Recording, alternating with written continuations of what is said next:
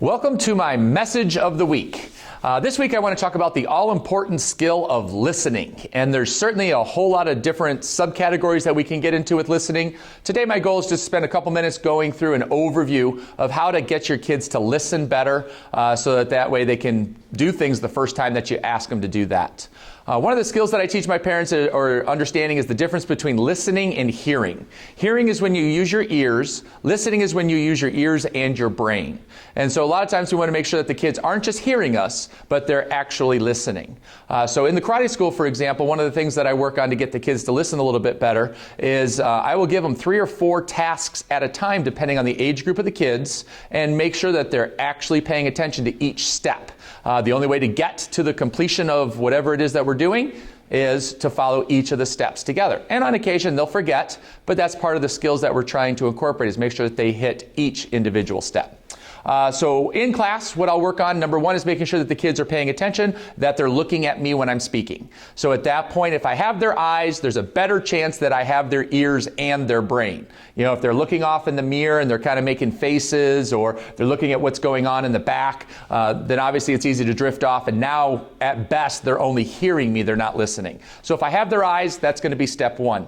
Step 2 is I'm going to use physicality. So I use my fingers. I have 4 steps I want you to do. 1, 2, 3, right? So that way it gives them a visual cue, and that helps them keep focused a little bit more on me. So I'm engaging the brain so that therefore keep them in that listening mode. Classic example in our karate class would be it's time all drink break. All right, we're good and sweaty. So drink break for us, now that we're good and sweaty, we call hug time. It's a great time to go give mom and dad a super big hug. So you're going to bow out of the classroom.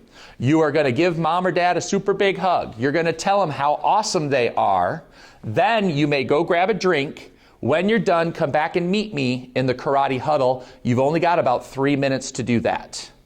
All right, so who's got that? So at that point, I'm seeing who's paying attention. If I've seen some eyes drift off, then I'll repeat it, or I'll have them repeat it back to me. So that could be a second option that you start to use. All right, now what is it that I just asked you to do? All right, oh, we're supposed to bow off the floor. We're supposed, and go through each of the individual steps. If you notice that your child is struggling with this, start giving them smaller. So that was 5 steps in that program, and that's quite a bit. But most of the time the kids are used to that pattern because they do it twice a week. So it's a little bit easier for them to handle. If it's something like bedtime, instead of saying, okay, well, I want you to go brush your teeth. I want you to put your pajamas on. I want you to wash your face. I want you to get your drink. I want you to use the bathroom. Then I want you to come back down and tell me when you're ready. That's a whole bunch of stuff. So if your kids are struggling and not able to follow that many, go from 5 or 6 down to 3. If they struggle with 3, give them 2. If they struggle with 2, guess what? Start with 1, right? Hey, it's bedtime. I want you to go brush your teeth, and when you're done, come back and see me. So, yep, you brushed, looked, all right, looks good. Okay, now I want you to go wash your face, and when you're done with that, come back and see me. And so what you're doing at that point is you're just giving them simple tasks, but you're starting them on a positive spin of the process instead of always, how come you forgot this? Why did you forget this? Didn't you do this? I told you to do that. Right away, then you're into that negative cycle and the kids start to feel bad about themselves. So get your kids listening, not just hearing, and that's going to help out. All right, make sure you break off the task into smaller chunks. Have them repeat those chunks back to you, right? So if you give them the task, now what is it that I want you to do? And if they miss a step, you stop and you go over it again, right? Step by step.